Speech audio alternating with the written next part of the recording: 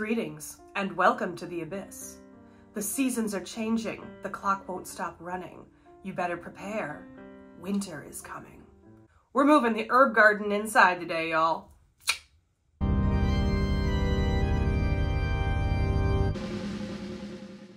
My potted herbs will not survive the winter, and we just had our first frost warning. Winter is coming. So I need to move these inside right now.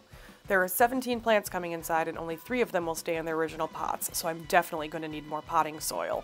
That means step 1 is starting at the compost bin. Composting is the art of strategic decay. Fall is not a great time to sift compost. As the temperatures drop, winter is coming! The worms retreat to the warm barrels full of rotting goodness. There are way more in here than usual, but I need the compost to repot all the herbs, so I'll do the best I can at picking them all out and hoping they don't end up in my potted plants. Look at all that beauty, from nothing but food scraps and some yard waste. Oh man! I'm still geeking out about it! Glorious. Next I have to empty out all the pots that I need. The summer flowers get cut up into tiny pieces and the used up soil goes into the compost bin to turn into nutrient-dense compost for next year's summer flowers. It's the circle of life. All the newly empty pots have to come inside to get washed and sprayed down with 10% bleach solution to make sure nothing gets transferred from one plant to another. I also don't have enough pots, so I'm fashioning these protein powder containers my brother gave me into pots as well. I'm going to the gym! I start by peeling off the label, then use a box cutter to remove the tapered top, and finish by drilling drainage holes in the bottom of each one.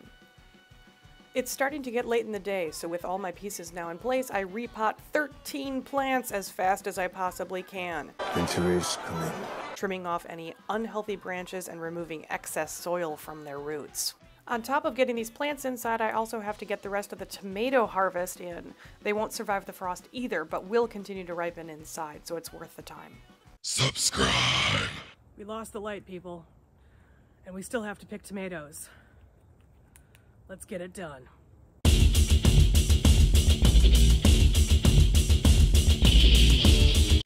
Not bad for the end of the season.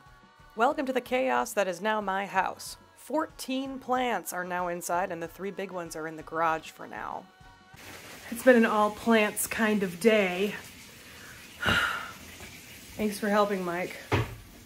Welcome. The plants will be taking over the bar in the kitchen. After doing some research, I chose these grow lights by Damia.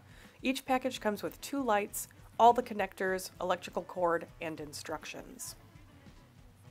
They are pretty easy to assemble. The electrical cord attaches to one panel. The second panel is then connected by either a small fork-shaped piece or another cord if you want them further apart. To keep them from wobbling, there are pieces that snap into place in the corners. I found it easier to lay the panels on a flat surface and press the corner pieces into place. I like that these lights have both white and red light, which is great for plants. One set of lights will go on the ceiling, the other on the bottom of the top shelf. But to run the cords, I need to loosen the shelves from the walls, which is no small task. Is that a hex? Oh, you Oh my god, it's a hex. The on-off switch for these lights is pretty big, so just sneaking it through wasn't going to be an option. The set did come with its own 3M adhesive strips, but I had a hunch I wasn't going to nail it on the first try, so I used my regular 3M strips that I use for my vine plants. You're welcome. Because I know for sure that I can remove and replace them. And thank goodness, I think I went through 16 of them. Fine. That's fine. It took some trial and error to get this right. The power button on these cords is so close to the panel that in order to turn the top light on, I was going to have to climb up on a stool every day. No thank you. That just makes me want to puke all over your head, sir. So I finally figured out that by using the extension cord from the second pack, I could actually connect the 2 into a single circuit and put the on-off switch in a discrete corner that was easy to reach. Ta-da! Once I had them connected and working, all that was left was cleaning up the cords so they looked less messy and tightening the shelves back where they were before I load them down with heavy plants.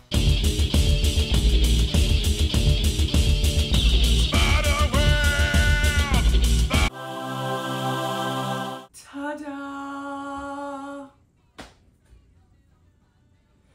I'm tired, you guys.